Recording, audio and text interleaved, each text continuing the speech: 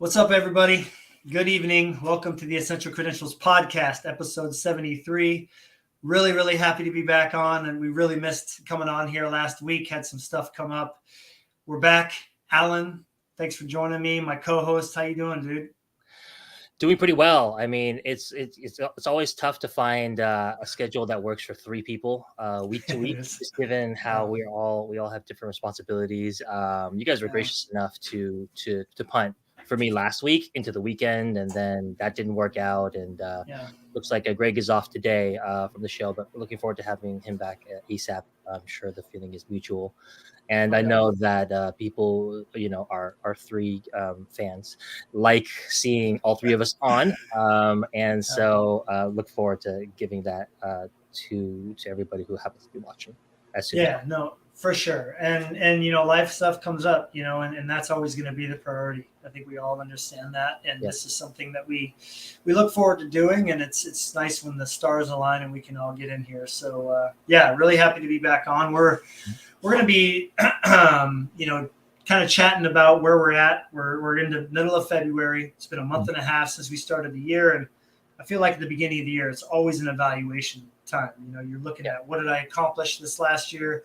Where am I at? What do I want to accomplish this year? Greg mentioned he's not as much of a goal person.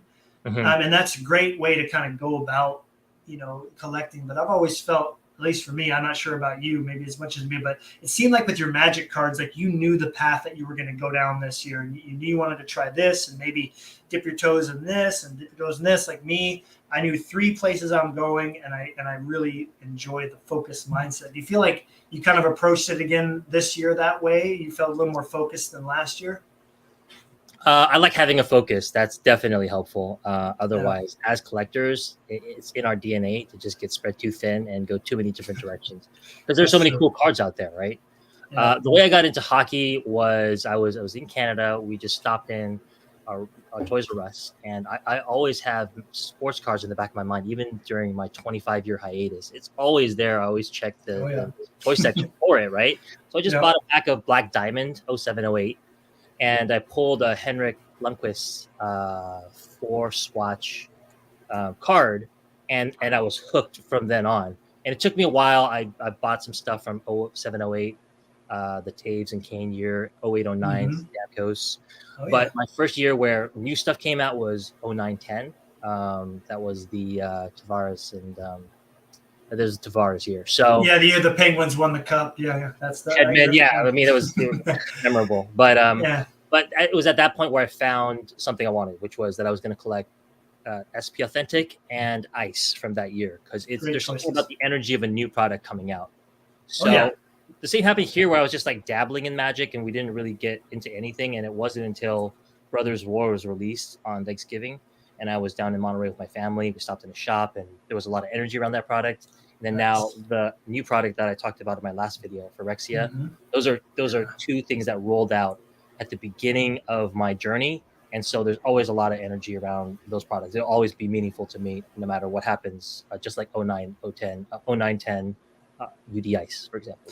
Right. No, and that's the thing. I think that energy of new releases really is what pulled me toward, not completely toward Fleury, obviously, right? But more along the lines of just having something to look forward to when you're like, okay, Fleury's got all these old cards, but then Glass now for baseball, and now Justin Jefferson for football, who was I just found out was voted player of the year, not MVP, but player of the year. It's exciting because these guys are going to be in things. And so not only as a player collector, instead of a box breaker, you can always look forward to new products coming out. And that is something that has always been there. I remember when we were in the COVID times and we're all sitting at home, I'm excited about Marvel cards. I'm excited about this. Like I was getting way over the top because it was just addicting in a way to like be excited about stuff. But so I totally get that. It must feel nice, right? To like have that to look forward to again, because with the Bond stuff, you were chasing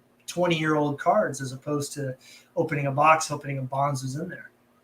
That's part of it. And the other part is part of what you were saying too. When a new product is getting released, everybody who's collecting is excited about that product at the same time. Like if you go back a couple of years, there's amazing cards, I'm sure, from 2, 3, 4 years ago but people have already gone through that. You may be discovering for the first time, like I was discovering, slightly old sets of Magic for the first time, but that time had passed. Like I still had fun with it, but it didn't have that same buzz. Yep. I talked about in my video how when a new product comes out, they have this one tournament before the product releases where you just go a small tournament. It's called a pre-release, and that's cool because the entire industry is buzzing about that one product, that one weekend, and everybody cares about it. So you don't have to generate enthusiasm. It's already there. That was part of the reason that I found that hockey card collecting and hockey fans and hockey card fans had such a huge effect on me, because hockey cards never died in Canada. Like there was never a lull, as far as I know, in Canada. As strong as things were in the 90s for baseball in the United States, like it's been like that in Canada the whole time. It's just been really, really consistent. So you don't, when you're around people who are excited about their collections, excited about cards, it really is infectious. You don't have to bring as much energy to the table. The energy is already there. You just have to draw from it.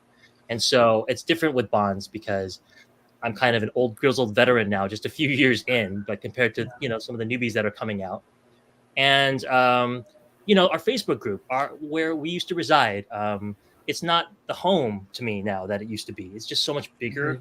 It's like a small town that's become a big city, and you don't know your neighbors as much. You still see them once in a while, but it's not a place where I can go and be like, this is where everybody can be excited for me about my cards, and I can be excited for them. It's like there's a lot of cards going through, so it's just a different phase in my collecting.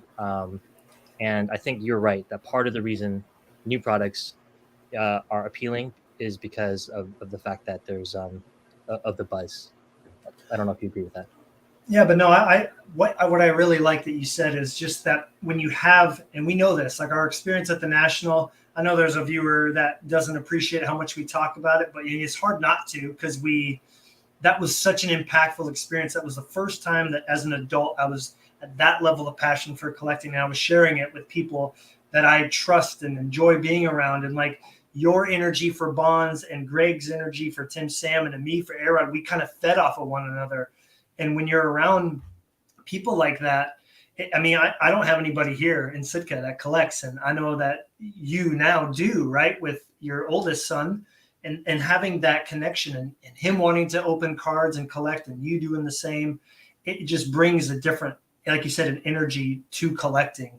Yes. And again, I think that's why we spend so much time doing these episodes and being on Instagram or Facebook when we're trying to connect with people that collect, because it kind of adds and keeps the energy going. Because if I was just doing this and you were just doing it completely by yourself, I don't know if I'd keep doing it. I just don't know if it would be worth it or as much fun, It just isn't. It just isn't. And the thing is I used to show my, Bonds cards to you guys, right? But like I'm running out of cards to chase. That is just like an ooh card. It doesn't have to be an expensive card, but it could be a really obscure, rare card that's hard to find. You pay a little bit more than a normal person on Earth would pay, but those are hard to find, right? Like, they exist, they're out there, but I haven't seen it. So I think maybe, I don't know if the audience would agree, but has there been a lull in sports cards on your side? Because for me, in 90s cards, there's not been a lot of Bonds coming in the market.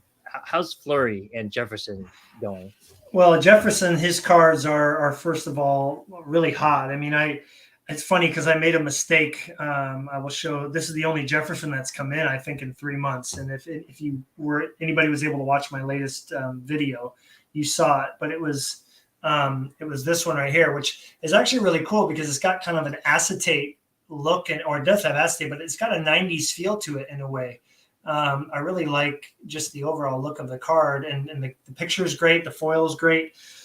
But he is everywhere, all over everything. And I could easily go down a path of buying everything of his, but there's no way I could collect Fleury. I would have to give up Marc-Andre Fleury to even attempt to collect that way. So his market is as hot as ever. Fleury, it's crazy. Like a card of his will come up that all the other superstars in the league are in. And despite the fact that he's in the twilight of his career, he still outsells most everybody. So that's why Tyler Glasnow collecting is like the best place to collect, because he, in my mind, I love him as a player, and I enjoy his personality off the field, and he's an immense talent, but he's very underappreciated. So it's nice to have that balance. So I think having all three of those creates a really good overall balance for me, because there's always going to be something to chase. As you mentioned, it's tough with bonds because you're sitting there waiting for a select few cards to come up, and who knows what it's going to take to get those to you. So, you're always reaching out, and it could be a year, it could be 2 weeks. But for me, a new hockey product, okay, great. Fleury, like for instance, the cup is finally coming out from 2 years ago. Wow. And Fleury got hosed in that checklist. Robin Lehner is all over it. And I'm just like, gosh, come on, guys. So knowing that it's going to suck, I've got baseball and football to look forward to. So there's always a cool balance of like something new and exciting. And I love that. That's exactly what was missing last year when I was like, okay, I picked up every Fleury. Now I'm spending money on cards I probably don't want as much, but I need to get something. So it's, definitely super underappreciated. Yeah, I mean, that was the thing about collecting bonds. I love that. I'm a Bay Area guy, so obviously a Warriors guy, Clay guy. But bonds is underappreciated. I like the black sheep of the sport. I like somebody like Manny Machado, who I feel is misunderstood. I mean, yes, he's done some things, you know what I mean, and nobody's perfect, right? But I like people who are I feel underappreciated by sports because the narrative around them is just so negative. Like, you're never as bad as the worst thing you've ever done, but that's not necessarily the case when it comes to sports. So that's one of the things. So there are no underdog Magic cards. I think I talked about how Wall Street, Bank of America, just assessed Hasbro and said that they are still continuing to light their goodwill on fire. They tried to monetize Dungeons and Dragons because right now it's a kind of an open license, so anybody can make cool stuff. And if you're just a fan, you could write fan fiction and make a little money on it. But they wanted to bring that license back private because the movie's about to come out, and they just want to squeeze every single dollar from. And it just pissed every Dungeons and Dragons guy off. I don't know a single one. I'm not in that world, but they cross over, and there's a big Venn diagram crossover between Magic players and D&D players. But they just pissed off like. They're loyalist fans for just a couple of dollars this year. You know what I mean? It's just so short-sighted because Magic is a property that's been around 30 years, D&D even longer than that. So if you have the long view, if you can build, you can have IP for centuries going forward, right? Yeah. If you play your cards right. But for them to think, okay, I just want to maximize profits this year so I could, say to our shareholders that we're doing well, super short-sighted. They could be really hurting themselves. And, for me, I got to slow down too. Right now, I got a couple of major purchases, sort of collecting related that are coming up. So some of these packs, like some of these boxes, $200, $250 is just too much. Like if you're a collector and you want to open some packs, I hear the same thing's true on the sports side. After everything is so expensive. How are you supposed to open just a pack of cards just to enjoy cards? It's really hard. You don't. Yeah. The only thing I can say is I treat myself to a box or two of O-Pee-Chee every year, and that's in the $50 to $60 range. And so, you're $120 for 2 boxes. Sometimes it's a bit of a reach because that's $120 I could be spending on a Fleury or a multiple Fleuries from that release that are short prints. Then I've kind of done myself a disservice. But I think even one box, like buying a box of O-Pee-Chee and then a few months later, like, I'd like to open it. It's like a fun, cheap product. That doesn't exist a lot of places. It just, it's just not viable anymore to be able to enjoy packs. I mean, I will say, as you were talking about that, you're mentioning Hasbro, and like if that's Dungeons and Dragons is your thing and the only company responsible for putting that stuff out there is having issues, that puts you in a really tough spot. Like for me, I love that I'm collecting from Upper Deck. I'm collecting from Topps, and I'm collecting from Panini. So Panini for football, Topps for Tyler Glasnow mainly. They do some baseball, which is fun, but mainly Topps. And then Upper Deck for Fleury. Yeah. You can kind of – it allows me to I don't really like what Upper Deck's doing right now, but with Fleury not being in sets, okay, now I'm going to shift my focus. Let's take this money that I have to spend and really get a Jefferson I've been waiting to get for 3-4 months, or a Glasnow that's been sitting there forever. Like, I always have options, and that I think is super important for me, because if I had to sit here and not buy a Fleury for a month, that would be really tough. It would be really tough. So I totally get why you've made your way into Magic. I mean, it kind of makes perfect sense, because, sitting there and waiting for a bonds for months, it kind of would take the gusto out and excitement out of collecting. Honestly, the wind out of your sails. I finally did open all those packets of bonds. Months later. Do you have any highlights from that? I would love to see what was sitting in there. Do you have any? I got some highlights. The cards weren't as big as I remember them being, so I thought there were some massive cards, otherwise known as really expensive cards. But I want to show one of the more expensive cards that came in, and show you why I've slowed down on bonds. Okay. This is a parallel. There's a sort of silver hued SP chirography from this year. That would be 2000, and it's not numbered.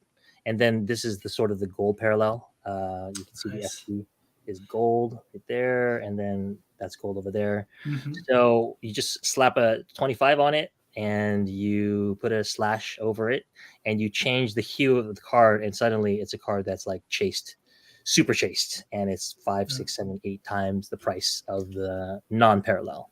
Wow. So I right at the end of my sort of bonds period where I kind of like took a hiatus, I was getting cards like this because autographs were the new frontier for me. And I just picked up the non-numbered version from this older guy who's sort of liquidating his collection. Not the famous one, but another different one. Okay. Yeah, much older guy. And so I figured, hey, why not have this? But this was expensive, really, really nosebleed expensive. So worth it, but like I have it and I like it. It's cool that I have it, but my heart, it does not beat faster seeing this card. It's a beautiful card. Any fan of a player in this set would be lucky to have this card. Correct. The autograph is perfect, but it doesn't get me excited. So I'm like, if I can't get excited with a card this big and this hard to find, then something's probably wrong, right? I mean, I should probably reassess. So, and then I chase the next shiny thing. So this is those are so nice. These are nice. Right? Is this the one you have? Was awesome. Is that 2003? I mean, it's same idea. It was just designed. There's a how do I say this? Like a silhouette of Fleury's face in the mask behind him, and then it's deckled just like that. Yeah. What year is it? Is your Fleury? 03, 04. Okay, so same year, right? I mean, I remember seeing that card. I was like, oh my god, that's like the prettiest Fleury I've ever seen. What are these out of? I think they're numbered, right? Yeah, they're out of 59. So or 60. That's the same. Say the Fleury is out of 33. So I think because he's a rookie as opposed to a veteran, So, I mean, but this is shiny. I don't really know my early to mid 2000s cards, but this is one I sort of had in the back of my mind. There's another Bonds collector who I think obtained his, and I was just like, I really like this. So, thanks, AC guy. Yeah, this card is unique. I like it, but then again, what I'm trying to say is it didn't make my heart skip a beat. Like why? Why would shiny gold not? Is it because you've changed to Magic and that is like the design of the characters is what gets you going, or what? I think it's the other way around. I think it's that this doesn't do it for me right now, and it hasn't for a while. So if it doesn't, then I need to go find something else, some other rush, if I could find one. And it wasn't a rush at first. It was just like you said, getting to play with my kid. Instead of Monopoly, we could play Magic and play a game that I played growing up when I was his age, and sort of bring sort of my fandom of collecting to him. He already collects Pokemon just like every kid, like his age and under. So I figured Magic would make sense, would be able to bridge that. So I mean, this is still a great card. I'm very lucky to have it. It's a very beautiful card, and I think when I'm more back into the Bond swing of things, I will appreciate it more than I do now. But the fact that I got that in, didn't open it for like 5 months. Tells you all you need to know about where I am, and then I'll just show one last one. Now, this was actually a really important card for my collection. Ooh, yeah, it is. This one killed the 1998 Flair Legacy collection for me. So this was the last card I needed from that group of cards. I mean, most people who are in the genre know of this card. It's out of 100. This is the legit one. 98 is the year where there's a lot of forgeries and knockoffs, just like prototypes. This is the legit thing. So somebody brought this card up to me at 2 nationals ago and said, would you like to buy it? And I didn't buy it because I thought it was too expensive then, but buy now or pay more later, and paying way more later. This is a beautiful card, and this is right in my wheelhouse. This card brings some satisfaction to me. So that was pretty good. But the fact that these don't jump off the screen for me, they don't jump out of the packet. It just like oh my God, my month is complete. If that doesn't do that, then I'm probably doing something wrong. I probably should leave it for a little bit and come back later. Well, it's tough too. Just like you said, like if I was still collecting like that one right there, I never even saw one of those for sale of A-Rod. That row 1 from '98. That was, I think, other than the row 0 was the only one I had left to get to. So I had a fair share of them, and that one I just loved the design. So like if I was chasing that, and let's say Greg was collecting Frank Thomas right now, the three of us were all kind of chasing similar cards. I think that would make it more exciting for all of us. You know, I think that just, again, having people that are doing the same thing as you and are also passionate about it makes you more passionate about doing that. Hence you doing Magic with your son. He's going to talk about it and probably get you more excited about doing it, as opposed to if he was talking about 90s inserts of Bonds, then maybe you'd be a little more excited about them. But I get it. You know, it's you didn't talk about it. You're not even really, the 90s baseball group just has a different feel. And when we were in its heyday prior to COVID, man, we fed off of each other. We fed off of posts. Oh, I got to go find that. I didn't know that score. What are those called again? On the back, they're like out of 125. They're from those team sets, but the club edition, the Premier Club. I remember the first time I saw it, I didn't even know what the heck that was. And I was like, now I'm adding that to the want list. And like, it just kind of snowballed in a good way. And once that was gone for all of us, Greg's peaked at the salmon thing side of things. You've kind of peaked and moved on from Bonds. And now I've sold out of A-Rod and moved on to Fleury. It just, you know, it's different. You got to find something else that gets the juices flowing. You really did nail it. I didn't even show that card to you or Greg or anybody else. I haven't shown it off. It's just been sitting there. I haven't even scanned it yet. And part of it is who is really going to be who's going to be excited about it because of the card itself, and not because you know me and you're happy for me because you know that I'm happy to get it. Those are two different things. Of course, I like both, but you're right. It's better when there's a visceral, like, oh my God, I've been chasing that card forever. Where did you find that? I've been looking for it, or I just got that. Let me tell you the story of that. But you're already over 90s stuff, and Greg has his guy in spades, and he, you know, Frank Thomas is his secondary guy, but he's just not going to be as excited about it because it's not his primary guy. Well, I'll tell you this though, like I still have a deep appreciation for 90s inserts. I went and looked up A-Rod the other day, and I just had to stop because that's always going to be within me. I think about one, you know, it's funny. Maybe I'd hear what you would say, but I have one card that I deeply regret ever letting go. I should have never sold it. Not the one you would think, because it ended up, the one I sold to you, that you then sold to Matt, graded a 10. I'm happy because he is going to keep it forever. And Matt actually has this card for me, but the Established, that card, in my mind, I should have never sold, because it just embodies everything I love about modern cards now. And when I could see them doing that insert for Justin Jefferson in a Panini product, and I would freak out about it. I think that is one card that I will always and forever love, that set and that card. So, you know, I still have an appreciation for the 90s inserts. I don't think it's not because I'm not doing it, but I know exactly what you say. There's a difference between me being like, dude, I'm still looking for the A-Rod, incredible, compared to like, dude, that looks really nice. So I get it. You know, it's definitely a difference. And most of the guys, I mean, credit to the 90s group still on Facebook. You know, there's a lot of energy there still, knowledgeable people. But it's like, you know, what am I going to show that somebody hasn't already seen? That card, everybody wants that card. When they get it, it's great. But it's like, I don't know. It just doesn't hit the same. You know, this card killed my Crusade rainbow, right? This is the last one I needed. I got the green one like 3 years ago when I first started out. And then during that crazy year where I got pretty much every card I needed, I got the red one. And so this one came in, but this one was the one that I was least excited about, the one that I wanted to wait out the longest. And finally somebody came onto one of the groups and offered it, and I jumped on it. It's not in perfect condition, but hopefully good enough to grade an 8, because my Crusade Red is graded an 8. I would love to have 888 across the board. Then that's getting an 8.5. You know it. Like you've already talked to. Please knock it down half. I would actually ask him to knock it down half a grade if they'd be so inclined to do it. But like that card is it is a cornerstone rainbow for any person who loves the 90s.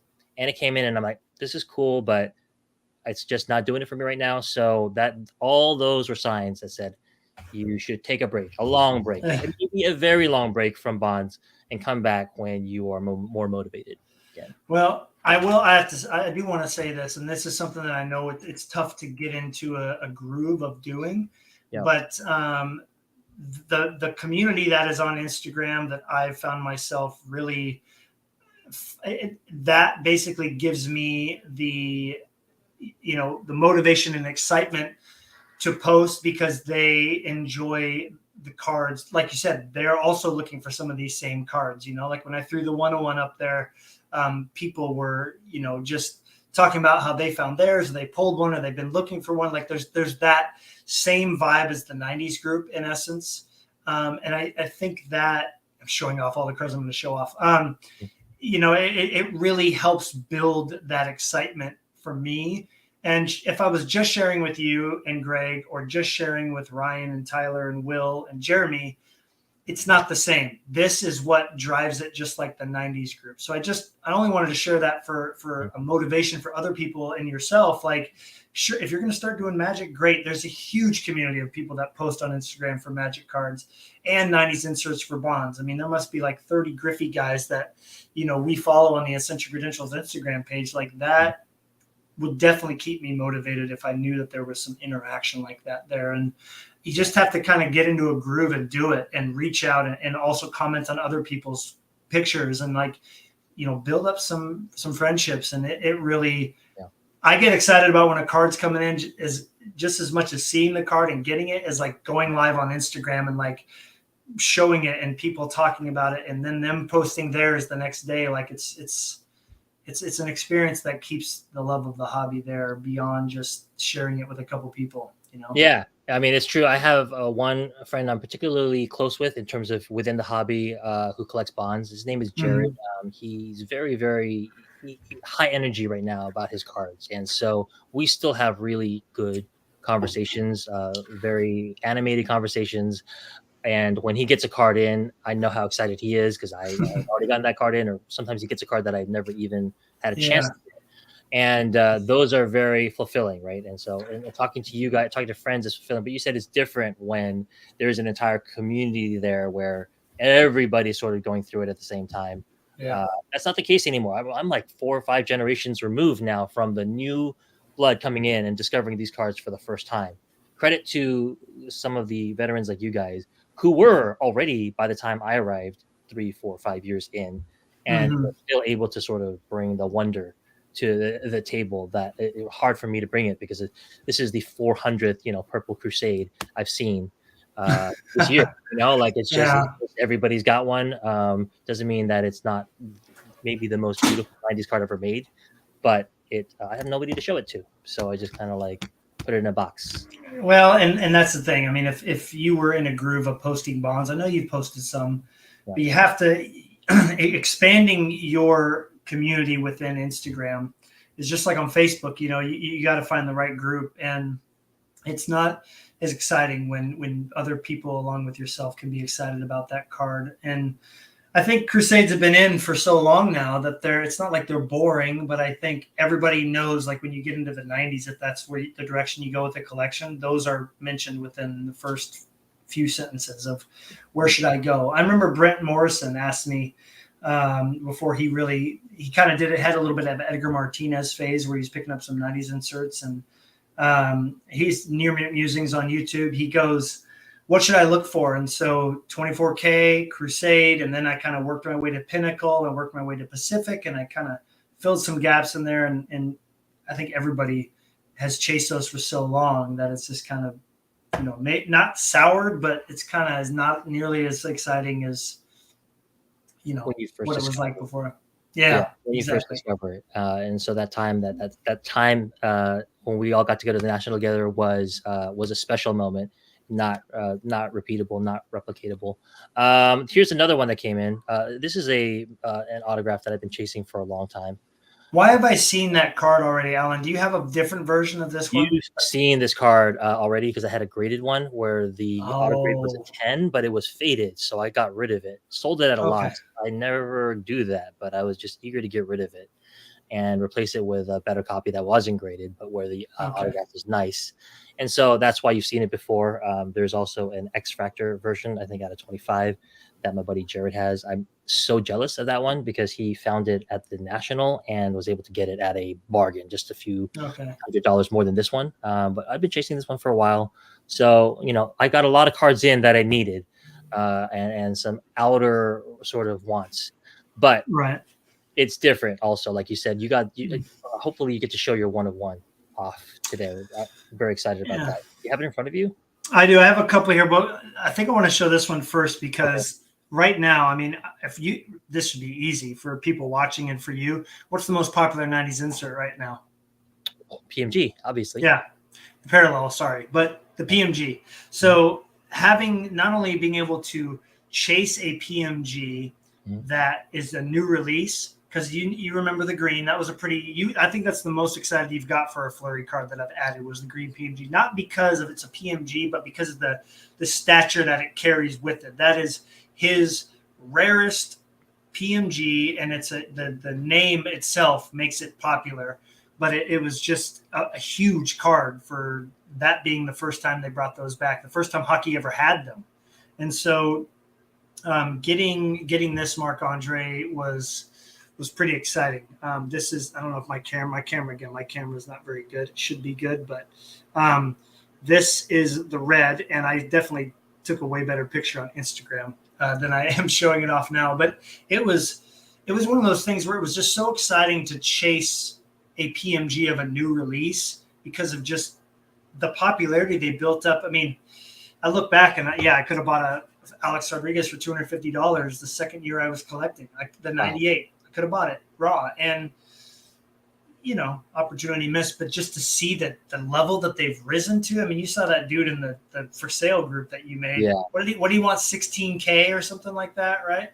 I think he was only asking 8,000 or something. Maybe it was 12,000. I don't remember what it was. Okay. Whatever it was, it's eventually going to get there. You know what I mean? Like it's eventually going to get there. So somebody will overpay greatly today, but PMGs they're here to stay. Like I didn't disdain them, but I just meant they were overrated in that if you put P and then followed by an M and then followed by a G on any card, that card goes 50x in value suddenly. Yeah. So whether it's a nice card or not, in this case, it's a color match beauty. Well, that's the thing is the I was at first. I'm going to show this this picture of it just because I felt like I took a super, super nice picture of it. With the Blackhawks uniform, and they used this media day picture, which was lit so well. It's not a picture that was taken from a game. He was in a like a photo booth type thing with his gear on. It's a beautiful picture and a beautiful color match with the texture on there, similar to the original PMG. Obviously, it's not done in the retro style, but that was just such a big chase card for me, knowing that set's come out. I've never seen a green yet. I haven't seen a green yet, not never, but haven't seen the green of that yet. But they numbered them the same way. It's numbered out of 100, but the first 10 are the greens and the rest of them are reds, just like the back in the basketball days. So, yep. So I definitely there was a little bit more of me that wanted to chase it, knowing it was a PMG and just how much I wanted one of an A-Rod. Never owned one. I know, it's crazy. I don't know what one of our friends said that he wished that the card would go for, I think, $7,000 or $8,000 because he would just sell it at that point and just cash out. I don't know. I don't think so, because it would be a poor money choice. If you care about the money as much as you do the card, hang on to it for dear life forever. Like, I don't think you're gonna have to worry about PMGs from 1998. Anything with a Michael Jordan on it that came out while Michael Jordan was playing, that you don't really have to worry about that card. For a superstar like A-Rod, one of the greatest of all time, you don't have to worry. Yeah, but hey, if you need the money, you need the money. And for me, there's some duplicates of bonds that I have now that I have to think about moving because I have more important priorities right now than cards. Well, and it's nice to know too, though, that there's still a market for it. That hasn't dried up. And yeah, it's funny to think that our buddy who listed that, I think was $1,500 or best offer.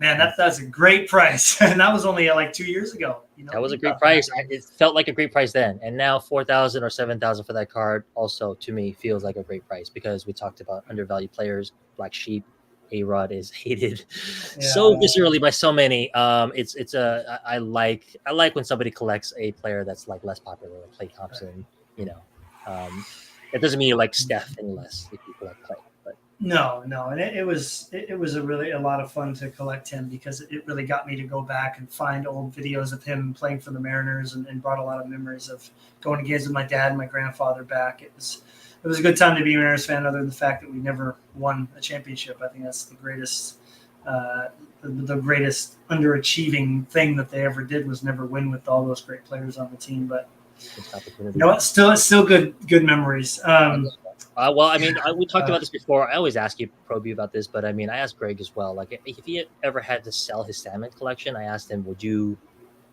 pick it back up again in the future? And he said, no, just could not do it. You just have to pick another player, Erstad or something. I mean, he didn't say Erstad, but I don't know what he would pick. But it wouldn't be something, because it would just be too painful to have gone through that whole process. You know, give it all away and then come back and do something else.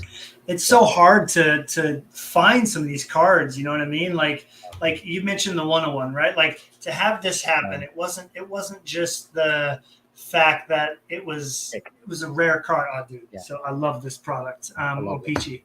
Because finding a rare card from a cheap product, I feel like, is just like 5 to 10 times harder than getting the 101 from the cup. Of course, that's going to get listed as soon as somebody pulls it, unless they're keeping it, right? Of course, you're going to see.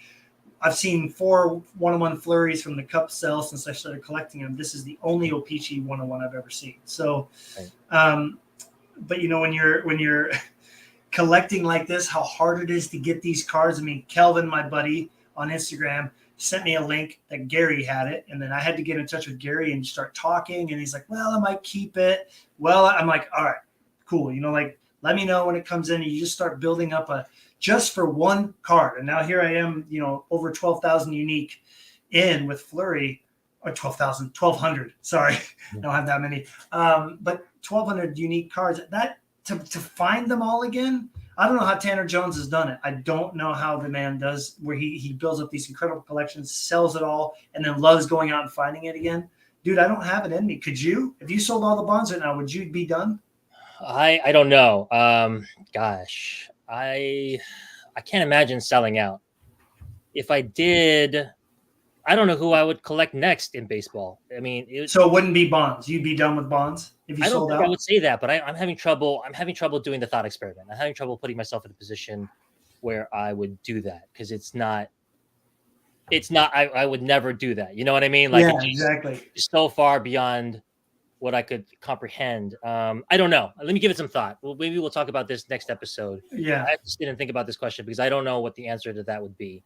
If I sold a couple of major bonds cards now to fund a more important purchase in life, then yes, I would come back and try to buy that card again later. Okay. But that's not what you're asking. You're saying if you were to liquidate, move on from it mentally and emotionally, and then when you do get the itch again, because it's inevitable that you will, what would you collect?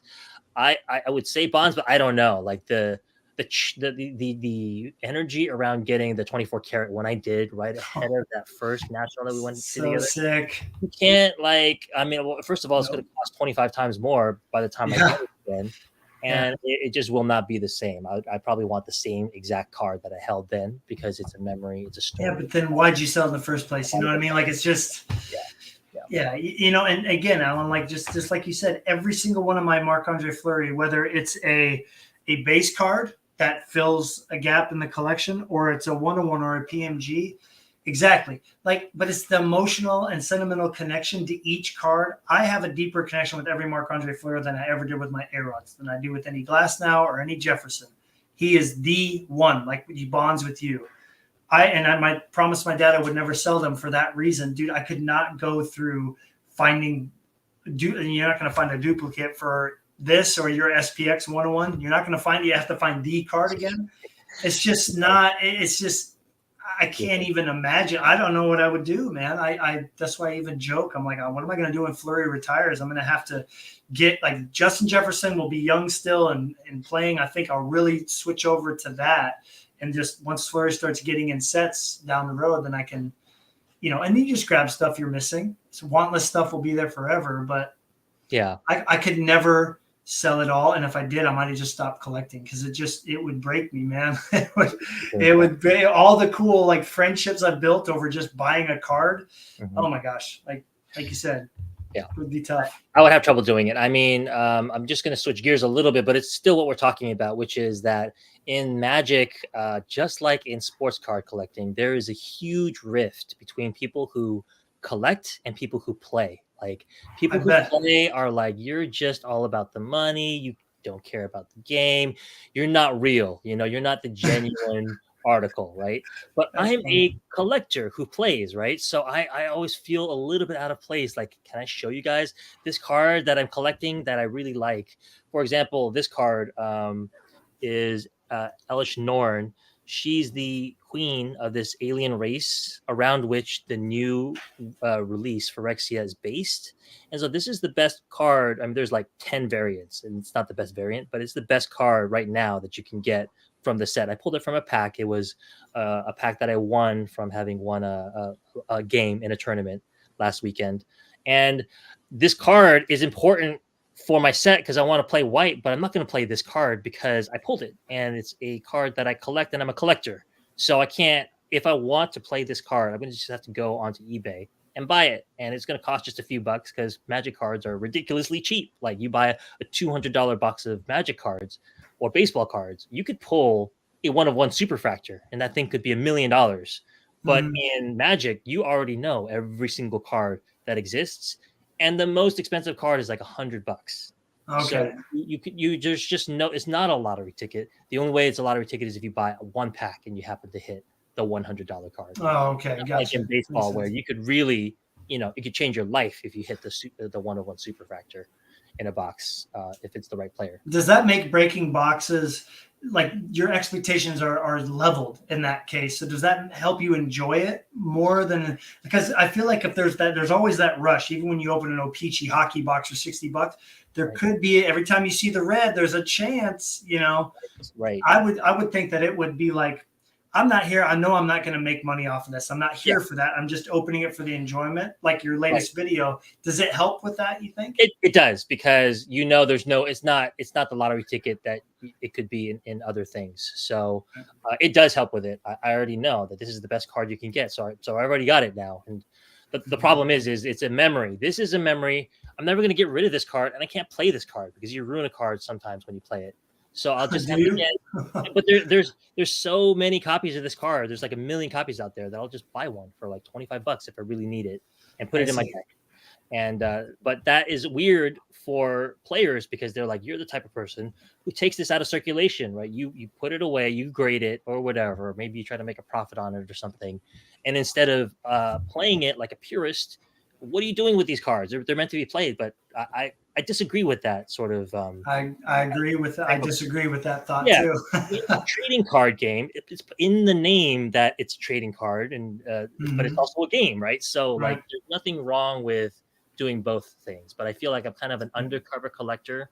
I don't really talk about collecting cards as much when I'm there at the games because you just kind of get side eye, I don't know any collectors, so I don't know how they feel about gamers, but I'm pretty sure that they also don't like the fact that they're made to feel as if they're less than, because that's part of the one component of what they enjoy about Magic. So that's one thing that I wish would be fixed. But I feel like that's true in everything, in every kind of collecting world. People like, I'm this type of collector or whatever, and you're that type, and this one is better than that type or whatever. So I feel like it would be beneficial to find a group of collectors in Magic. It's like that. Without that mutual appreciation with a group of people that are collecting similarly to you, or at least the same sport or game, it would be really hard to really get the same enjoyment out of it. I mean, again, just like with Instagram, you pick up a PMG of somebody, you post it like, oh, I just found my guy. Like there's a common thread there, and being kind of the redheaded stepchild of the group because you collect instead of play mainly.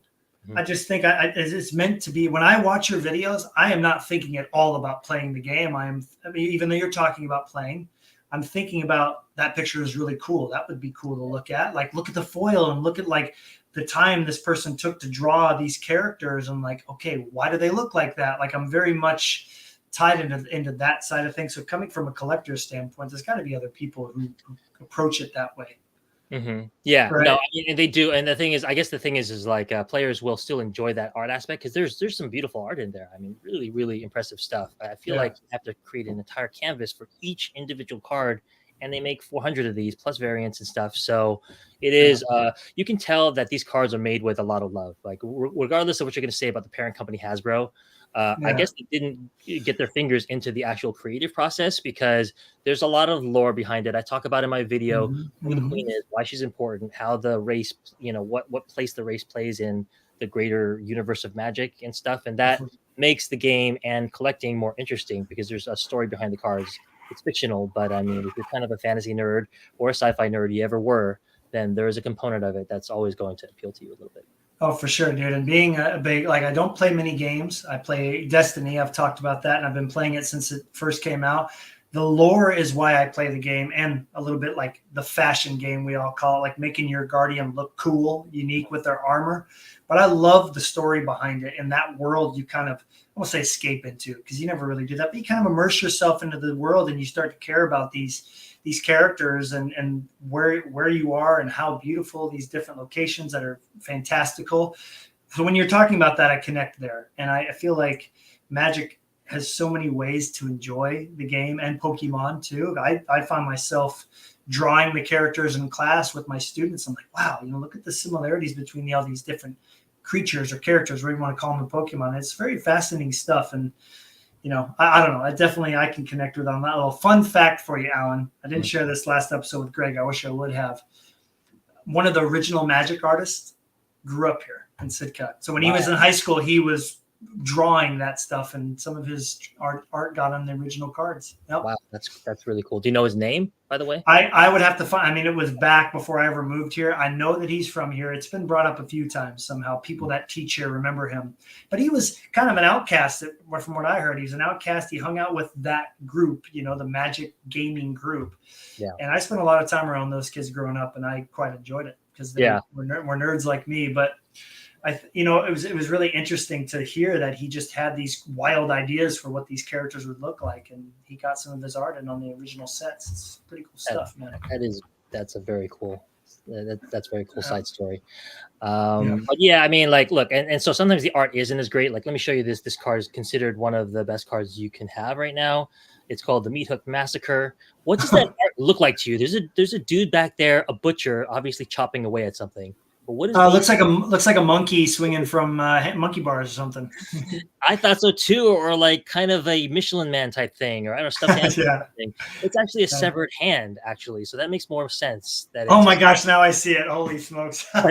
It's not like particularly well drawn. It's just an extremely powerful card, so powerful that it's been made illegal by Magic. They said you cannot play this card in certain formats. The most sort of current format.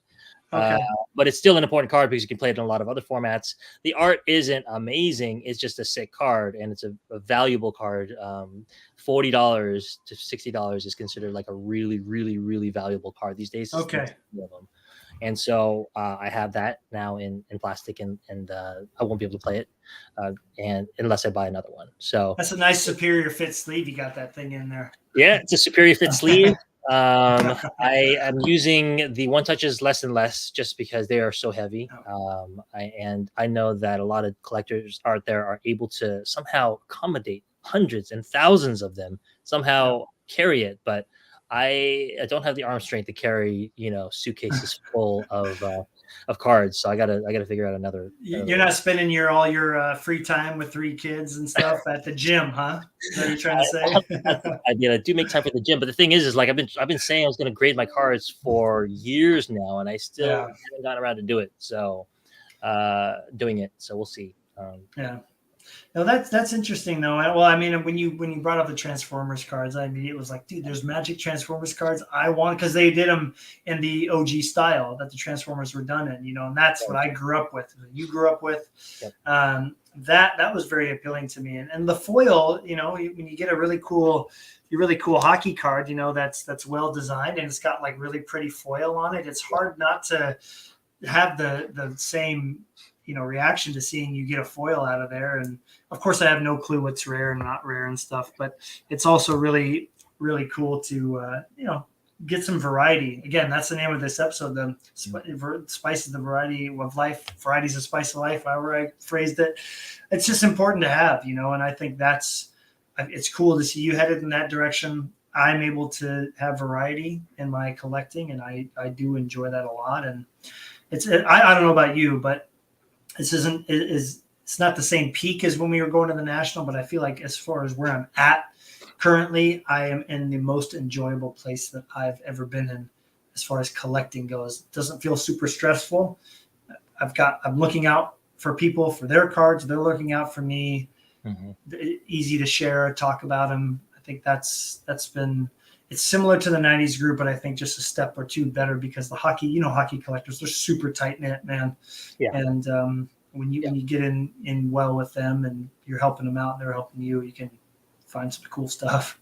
You're well respected in the hockey community, well known and well respected by some of the bigger names that transcend hockey, transcend sports. Even they're just major players in the collectibles industry.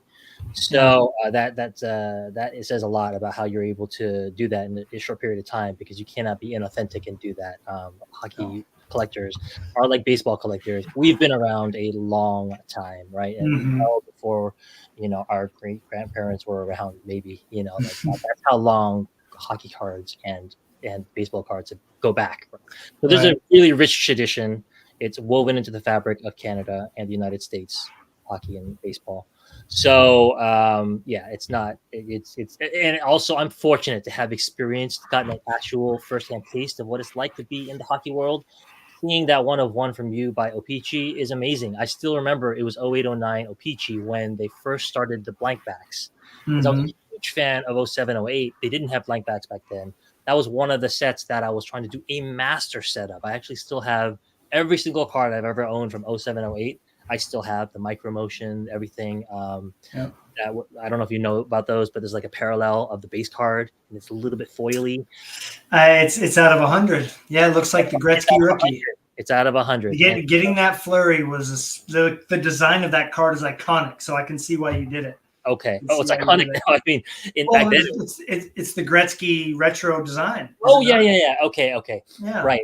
No, I mean, it was 08-09 when they started that, but 08 was the one I was talking about. But 08-09 is when the blank back started. I remember the energy around that. I was like, "Are you kidding? They're actually blank backs." And when I don't know if it was a stealth release or what, but it's like sort of suddenly people started talking about it at the card shops and stuff, and it's like, "Oh man, that'd be so cool to get a blank back." But it's weird. It's just I didn't understand it the first 6 months I was collecting. I'm like, wait, what? Like, why is this important? I didn't make any sense.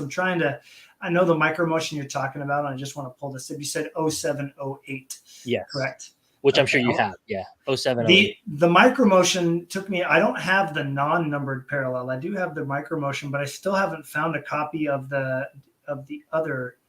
Why is this still here? Oh, I see what's going on. Look at me not knowing how to work with technology. That's hilarious. But do you remember what the name of that other parallel is? Oh God. The one you're talking about is Micromotion Black. That's the Micromotion Black that's numbered. And then there's another one called the Micromotion, which isn't black. It looks very similar. And it's like blue, right? It's kind of blue or something in the background. I'm trying to remember. I don't remember now. But I mean, I have them. I just have to go to the garage and find them. I might have the non-numbered flurry. I have to check it. If I do have it, of course, I'll just send it to you. Oh, that would be great, man. Because these just don't show up hardly at all. I mean, this is just such a beautifully designed card, and you don't see Topps doing stuff like this anymore. Yeah, you don't. Upper Deck is the only one doing cool stuff like that. So, and I don't know if O-Pee-Chee's the same way. I don't know. You said you've opened 2 boxes. Like, do they still have vintage cards in there that you just like get an old ratty card from like 1979? No, they do like a retro. They do retro style cards, like the picture zoomed in and the design is supposed to look old school. I actually just got these in. This is I don't normally buy dupes. Somebody listed these for $1.50 each. They put variations in there now. So this is the post game variation where Fleury is throwing a like a jersey or a stick or a puck above the glass, which was I love this stuff, man. And then this is the close-up variation. And there's people who chase their player and they always sell very well. And so somebody on eBay put them up for $1.50 each. And I was just like, yes, I just love that kind of stuff. So it's a very they still are trying to do cool, unique things. The blank backs, the 101 blank backs, red, blue, rainbow foil, like they're doing all that stuff still, and it's still fun. So that set is like, if you were to get it for $55 or $50 a box, you would have fun because it's just so much variety in there, you know.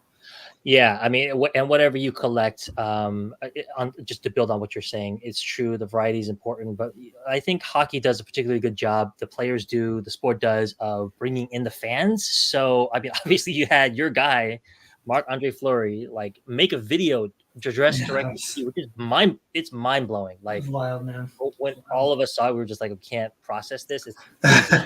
Imagine it was a lot.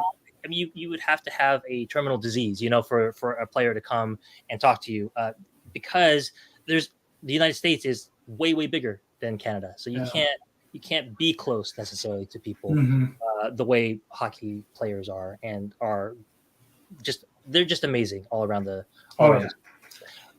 Absolutely. Yeah. Anyways. Yeah, every time I talk about hockey with you, I'm waiting for you to get that itch and be like, all right, man, I'm coming back. Well, I just think it's amazing because like Tanner Jones, who you touched on before, he's really, really unique, and he was able to sort of bring sort of Jose Canseco, his guy, into his life. But the amount of sort of lifting he had to do to get there is like, it took probably a decade to do. You've been in hockey, what, 2 years or something? And you're able to have about 3. 3 years? Almost 3, yeah. Time flies then. But dude, it's fast. Crazy. Yeah. But you're right. It was totally unexpected. But social media in this case was very, very helpful. Alan Walsh, his agent, it can be a little, he posts stuff about player salaries a lot, and people rib him like, how come you're not being positive, blah, blah, blah. I'm like, he's being very real.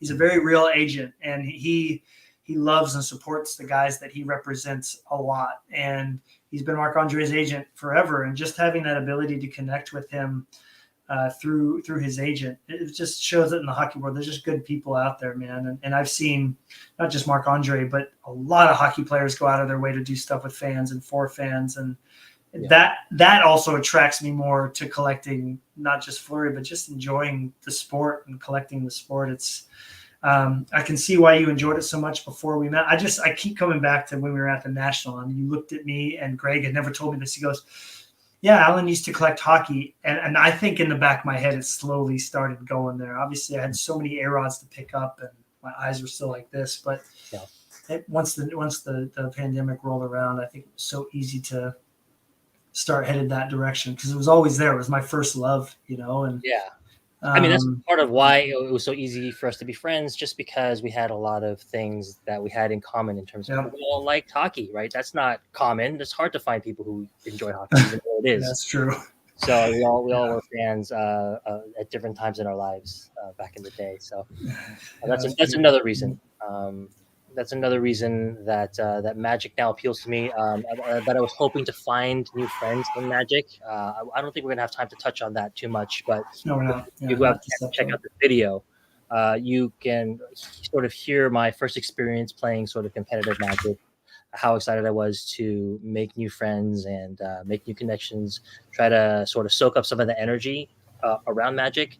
I don't know if you guys have noticed as sports card collectors, but there's not as many sports card shops as there are Magic shops.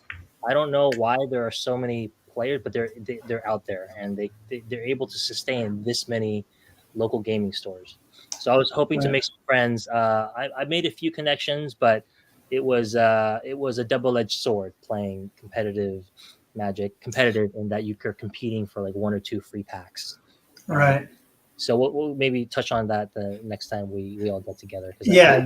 Into it a bit. I would like to hear about that a little bit more, just because it's a totally different experience. For anybody that's watching now and watches later, here's on our page, here's Alan's video. Nice job, Matt, for making sure it ended up in the right playlist. Sorry, Alan, I had to give you a hard time for that. But no, it's really cool learning. You can learn a lot from this video. And Alan, again, your storytelling, Alan, while I mentioned this to you, like giving background of the lore and just your stories of your experience while you're opening packs. Brent does a really good job of that when he opens packs. He's kind of telling the story about Star Wars, and he's enjoying a drink, and it's very much like if we were sitting across the table talking to this person. So yeah, go check that out. I think everybody on here, whether you collect Magic or not, I found myself enjoying the art of the cards. I can always appreciate that. So cool. Well, thanks for getting a video up too, man. It's nice to be making videos again. I don't know about you. I know that you've got a lot of other things going on, but it's nice to, when you've seen me, I've done a couple. It's very fun to not only make them, but just go back and watch them. I've been enjoying that again. Go for it.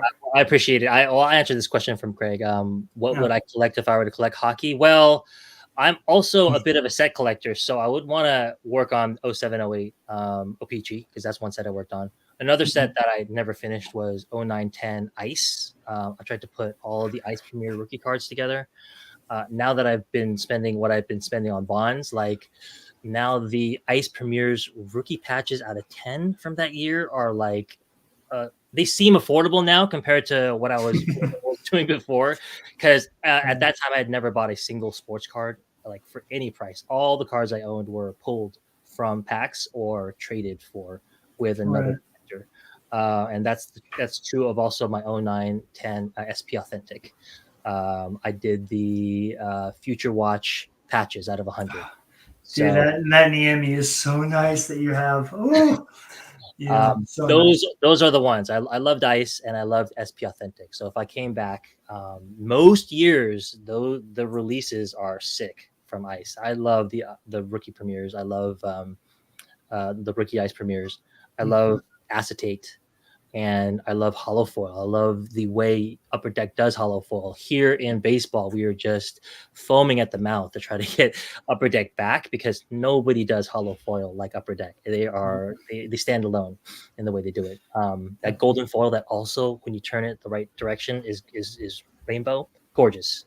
So yeah, those would be the two. I haven't followed hockey as much. I'm a Homer Sharks fan, and our team is terrible.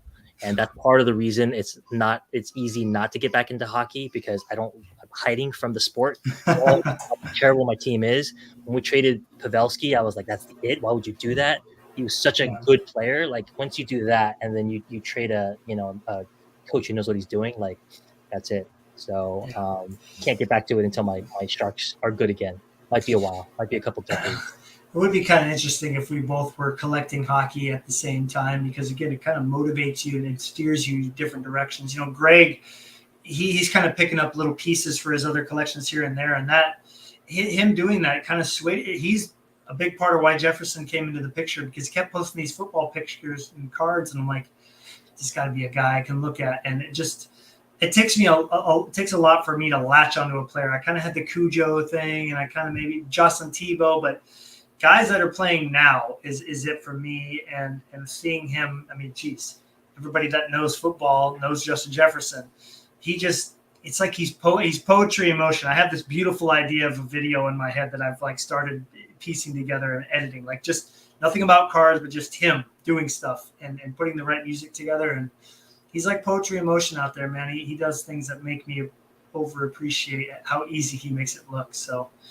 Yeah, maybe there'll be a day when you find a player in hockey that you feel the same way about, that just makes you, or again, coming back to sets, that just makes you go, all right, this is it. So I can dream. Yeah, no, I mean, there are players like that. Patrick Kane was the guy who was doing that when I was collecting. Oh, yeah. I don't know if he's still doing that now. I mean, he's probably at the tail end of his career. But his team's no good, so people have really fallen off. Logan, who I've had on the Instagram roundtable a few times, he's been adding some amazing Kane cards because they're coming down. And honestly, if Fleury did the same thing, I would not care one bit, because it's not about the money, it's about the player. Just like with bonds, you'd still keep collecting if the prices went down. Absolutely. So, yeah, no doubt about that. Well, hey, I know that we're needing to wrap up here, but this is, as usual, it's always fun to chat with you. We obviously miss Greg. Can't wait to have him back. But thanks for taking some time, Alan, to come hang out and chat about how things are going. Absolutely. Always appreciate you pushing and trying to get episodes up. Like you said, the more we get these episodes up, the more energy there's going to be around it. But we always appreciate anybody who makes the time to come on and comment. So thank you to all you guys who bothered to come in today and watch this live. We get more energy now live than we do now after the fact. So it's one of those things that sort of, you just have to be there, or you missed it. You missed the boat. So thanks a lot. Look forward to the next one. Hopefully Greg will be back. Hopefully, and either way, we're definitely Alan and I are gonna be talking about some interesting ideas to do with future episodes to keep the energy coming. I think trying to get out there that we're going to be live a couple days before, at least 2, 3, 4 days before, so people can plan to be here. The interactions with the community are the best part of this. So agreed. And we're going to talk about, just to like tip our hand a little bit, we want to talk about bringing some guests on who comment and to come on for a few minutes an episode, just so we can find out what's going on in their collecting lives, let them show off a couple of things, hopefully. So we got to still figure out how that formatting is going to go. But we've had some feedback saying that people would like to see that. So we will see if we can make that happen logistically, because it may not be as easy as it sounds. Right. Hopefully we can figure it out. Alan and I are pretty creative people, so we'll try our best. And just a plug for tomorrow. Again, if you're a hockey fan or not, I'm starting an Instagram interview series for this year. Alan was on my first interview series that I did. His episode was the most watched, definitely not because he went and watched it a few times, but that was a really fun process, and just hearing about your journey through collecting. And so I'm going to be starting that with my friend Justin, who's a big Penguins and 2021 Metal Universe. He's like you'll appreciate it, Alan. He's a set connoisseur. Like, he is after the entire master set minus the one-on-ones. Like, he goes after everything from that set. So we're talking McDavid to Fleury to, a guy on the Sharks, Timo Meyer, that nobody collects probably. So sorry for that. But no, it's going to be really fun, and that'll be tomorrow at 5:30 Pacific. And I'm excited to be doing a couple of those a week within Essential Credentials and my own videos. So yeah, real exciting stuff. Awesome. Looking forward to it. Great. All right, everybody, have a great rest of your weekend, and we will see you on the next one. Take care. See you.